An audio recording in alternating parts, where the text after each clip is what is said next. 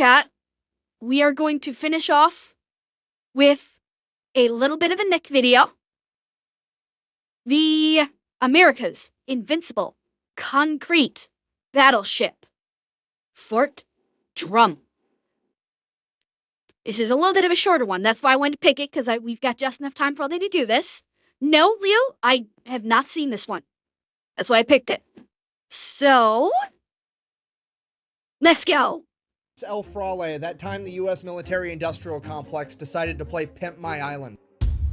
Today we're talking about Fort Drum. Yes, I realize that's a military base in New York. No, that's not what we're talking about. There's another Fort Drum. It's guarding the mouth of Manila Bay in the Philippines. It's also referred to as El Frale Island, America's unsinkable concrete battleship. Sniper Bait, thank you for the tier 1.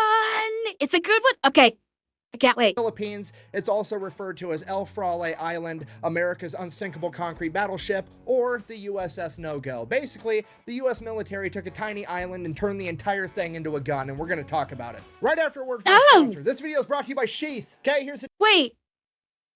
He's saying they turned the island into a gun. Not simply a battleship.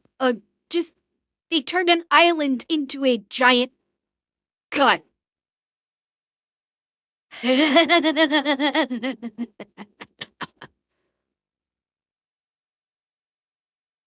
I am excited. Let's go. The deal. They're like normal underwear, except they're better because they have a pouch that you can stick your junk in and then your balls aren't stuck to your thigh. And trust me, it's just one of those things you don't know you need it until you need it. And once you have it, you're not going to be able to live without it. Let's face it, every good thing that's ever happened to you in your entire life would have been a little bit more gooder if you didn't have balls stuck to your thigh the entire time. And I know what you're thinking. What if I don't have balls? That's cool. Were you with people that did? Because if you were, they probably would have been in a better mood if balls weren't stuck to their thigh the entire time. You should buy them these underwear. Don't believe me? Ask the kangaroos. Those marsupials have known how awesome pouches are for like 15 million years. They've been hoarding the technology, but now Sheath is here to fix that. All I'm saying is give it a shot. Worst case scenario, you find out you actually do like having balls stuck to your thigh and these underwear aren't for you, and in which case, Sheath has a 30-day, no questions asked. It was Dragon Ball Gray Matter. Nothing. I'm gonna have a link and a discount code down below. Let's get back to the video. So why on earth did America turn an island into a giant gun? Well, our story begins in 1898 during the Spanish-American War. Why is America at war with Spain? To be honest, I'm kind of blanking out on that right now. Statistically, it's probably because they messed with our boats, so let's go ahead and double check that together. How did the Spanish-American War start? The USS Maine mysteriously exploded in a Cuban harbor, believed to be the Spanish. See, I was right. It's always about Oh my God. Amber, you are such a bundle of joy. You bring a smile to me when I'm having a bad day. Oh, Rippy fan, I'm glad, and I'm glad you're having fun.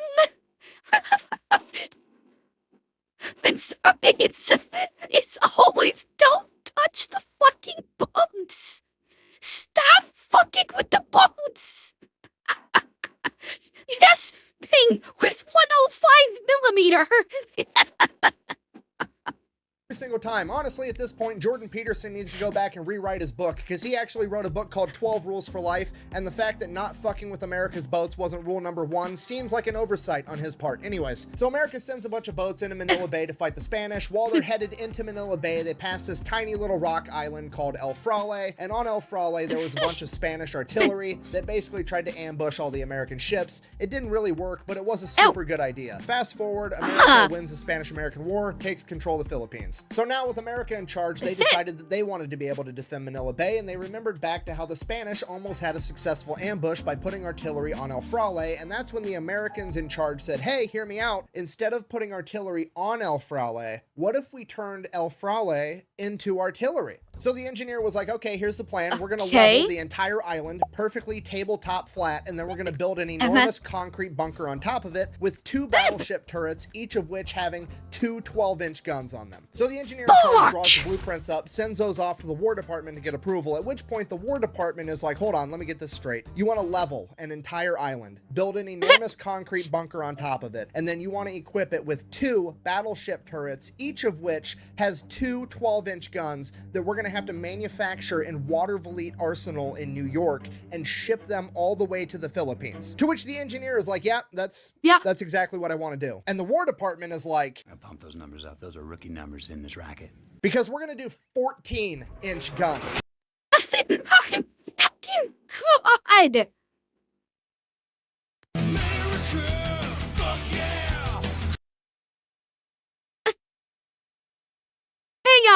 Hang on. I need to check something. Okay, it was. Hey, my fucking god! I love it. I fucking love it. This is... Chat. It's so beautiful. It's so beautiful, chat.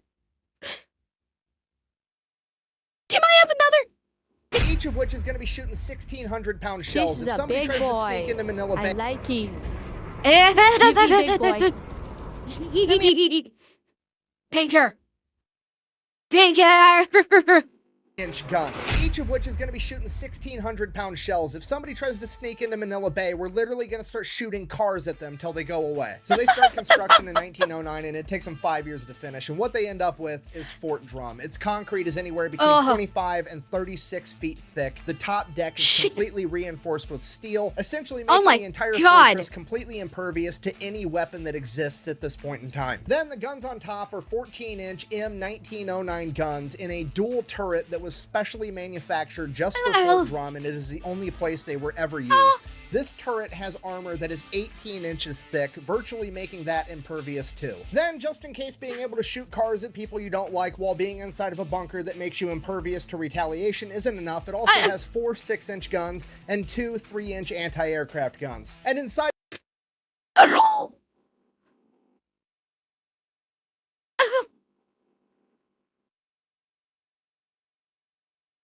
I'm bad, I can't take anymore.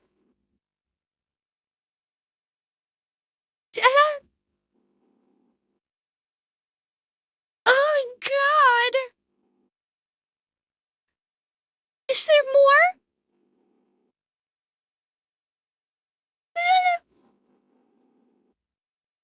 the bunker, they have 6 months worth of food, their own power plant, and a distillery so that they can make their own clean drinking water. Basically, it's the world's best doomsday bunker. So it's completely done. It's like 1914. America has built this incredible weapon, and now, in true American fashion, we're not really going to use it until it's borderline obsolete, and then we're going to give it away to somebody else. So kind of fast forward through the next 20 years. I mean, there's always army guys stationed there and on hand in case anything happens, but nothing ever does. It's kind of like being stationed on a naval vessel, and because of that, the army guys that serve there give it the nickname the USS No-Go, considering it never fucking goes anywhere. Then, of course, during that same time period, World War I happens. After World War I, America downsizes their military considerably. Then the Great Depression happens, and because of that, pretty much no upgrades or maintenance gets done to Fort Drum during that entire time. So for its first 2 decades, it receives pretty much no upgrades. It's already becoming obsolete. Then in 1934, the US government comes out and says, over the course of the next 10 years, between 1934 and 1944, America is going to move towards establishing the Philippines as its own sovereign nation. So obviously, they're also going to turn over Fort Drum to the Philippines, and because of Wait, no, I'll buy it. It can't cost that much, right? Like, can I buy it? I'll move there. I can stream from Fort Drum. Huh? Please, can I have it? I want it. I want it. How much? How much? And sure, I can afford it. It can't cost that much, right? Yeah, in today's dollars, it wouldn't cost that much, would it? Would it? I don't care. I want it. Oh no, I don't not feel that. I want it. Okay, I'll put it on the throat. I'll put it on the throat. of that, they have even less motivation to do any upgrades to it, so none get done. Then, during that 10-year time period, World War II kicks off in 1939, but America's not getting involved. We're minding our own business, and by minding our own business, I mean we're basically funding the entire thing through Lend-Lease, but, you know, we're not involved. Then, Pearl Harbor happens in 1941, aka somebody fucks with our boats, now we're going to war. Less than 10 hours after Pearl Harbor, the Japanese show up in the Philippines, they invade, the American forces are not ready, and they all get driven down to the Bataan Peninsula, which as you can see is also at the mouth of Manila Bay with Corregidor and Fort Drum. For like the next 5 months, while American and Filipino forces duke it out with the Japanese on the peninsula, Fort Drum is pretty much shooting at any Japanese vessel that gets anywhere near it. The Japanese vessels are returning fire at Fort Drum, they're launching air raids, trying trying to bomb Fort Drum, none of which is effective at Doesn't all. do Also, fuck during this all. time, the Marines and soldiers stationed at Fort Drum rip all the buildings on top of it off, throw that shit in the ocean. They also tear down the 60-foot search tower and get rid of that as well. That way, the massive turrets can do a full 360 and be able to shoot in any direction. Then, April 9th, 1942, Bataan falls, and the only thing left is Corregidor, Fort Drum, and 2 other small coastal forts. For weeks after this, the Japanese shell both Corregidor and Fort Drum with naval gunfire, as well as conduct bombing runs. Fort Drum is pretty much completely impervious to all of it, which infuriates the Japanese. Corregidor, on the other hand, is nowhere near as fortified, and they are hurting bad. Because of this, the majority of Corregidor's defenses have been completely destroyed, and the only thing defending Corregidor now is Fort Drum. On May 5th, 1942, the Japanese would launch an amphibious attack on Corregidor. Fort Drum would land direct hits on 2 Japanese landing craft, destroying them completely, infuriating the Japanese even further. I want one. I want one. Put it in my mouth.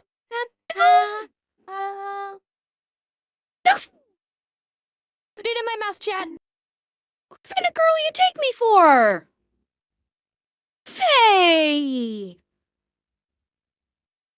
Not nice. Okay, yes, but not a 14... Not with a 14-inch cannon! Despite that, it wasn't enough, and Corregidor would fall on May 5th.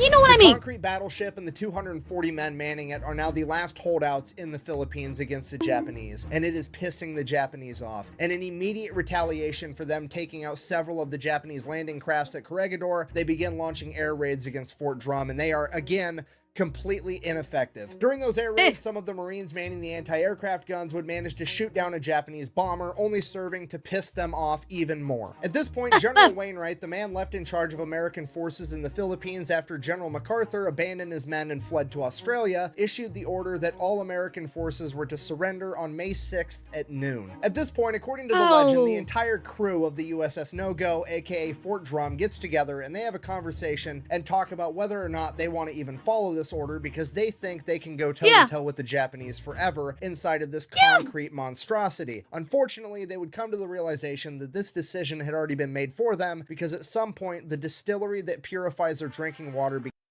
Yeah, Fishy, apparently, I've heard about that, yeah. Yeah. decision had already been made for them, because at some point the distillery that purifies their drinking water became damaged, and without US ships being able to bring them water, they weren't going to be able to hold out. So, Well, not even the water. Like, what about resupplied ammo? Ammo, you know, their ammo was also finite. If they, it's you know, this is like supplies in general. They didn't have supplies for food, although I suppose they could have fished. They didn't have supplies now for the drinking water, but also ammunition. Like, considering how surrounded they were by enemies, they're probably burning through that ammunition pretty quickly, and they had no means of getting supplies, no means of getting that ammunition. So, yeah, unfortunately, I think defying the orders, it's not really a tenable solution. Unfortunately, I don't think they were able to grab the infinite ammo perk, Revan. Alas.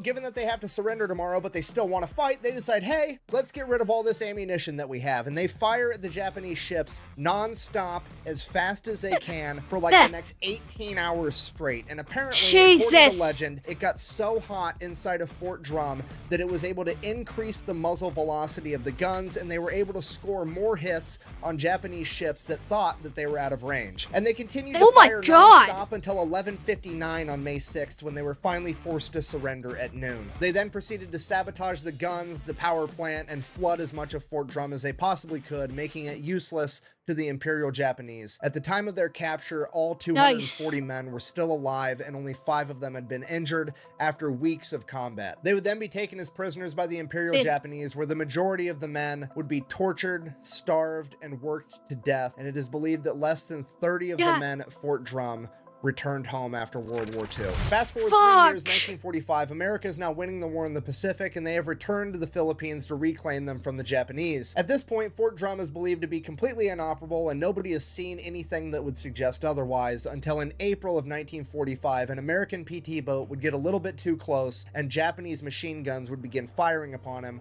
from Fort Drum. This intel gets sent up the chain of command, at which point nobody really knows what's happening. Maybe they're trying to restore Fort Drum and use it. Maybe there's just a bunch of Japanese soldiers that are being barracked there. Who knows? Either way, Uncle Sam says, you know what? That's mine, and I'm gonna need it back. So at first, they try to bomb it with planes. Obviously, that's not gonna work. It didn't work when the Japanese did it. I don't know why they thought it would work now. Then they send out a cruiser to shell it with naval gunfire. Again, obviously, it doesn't work. Not gonna work. At which point, shit proceeds to get out of hand pretty quick. Basically, the chain of command didn't really know what to do, so they're like, hear me out.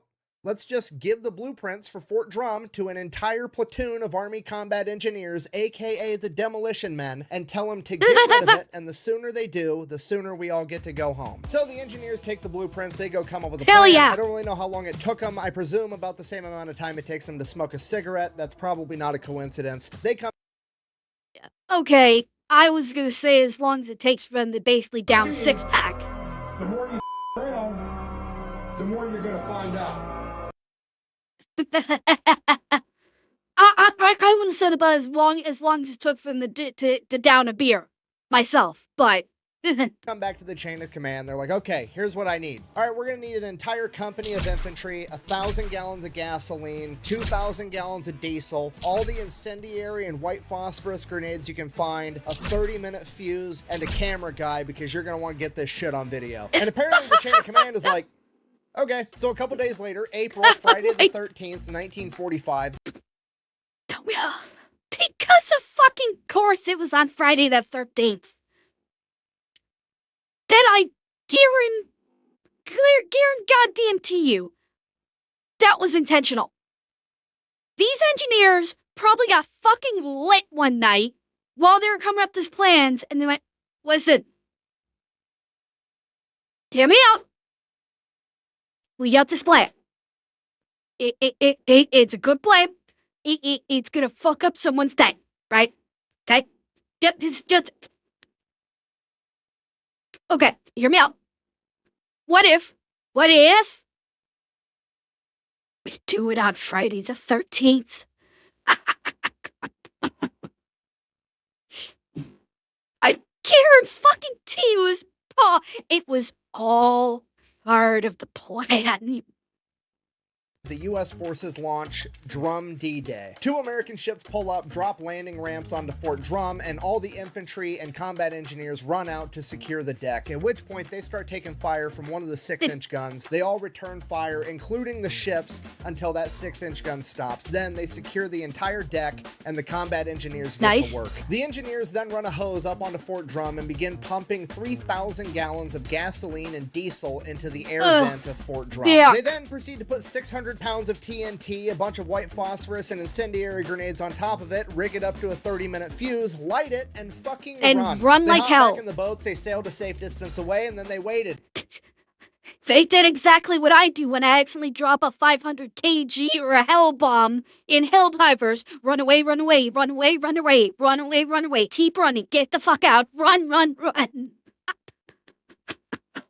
Light it and fucking run. They hopped back in the boats, they sailed a safe distance away, and then they waited and they watched. And this is what they saw. That explosion was so powerful that it shot the 2,000-pound hatch on top of Fort Drum 300 feet into the air. And if you watch the video a little bit closer, you can actually see the hatch punch through the top of the mushroom cloud before falling back into the smoke. Oh my god! The diesel fire inside of Fort Drum then proceeded to burn for 5 days straight, officially putting an end to any hopes of ever restoring it to its former glory. In the coming months, American and Filipino forces would reclaim the Philippines, Japan would end up surrendering, World War II would come to a close, and the next year, on July 4th, 1946, the Philippines would gain their independence, becoming their own sovereign nation, and thus taking control. Wait! The Philippines also have Independence Day on July 4th? I was not aware of this. Holy crap! America and the Philippines both celebrate Independence Day on July 4th.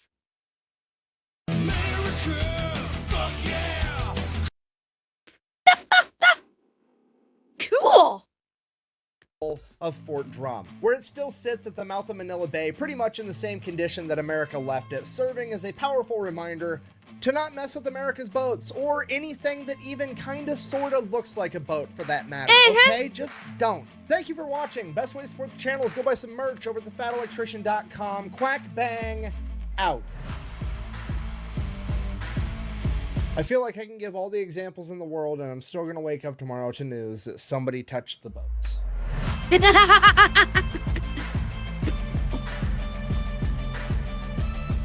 Yes, Xanax, we can rebuild it. We have the technology. Oh, that was the perfect fucking way to end the stream. Oh, yeah. Yes, Grindhouse. Yes. I fucking love Mick videos like this.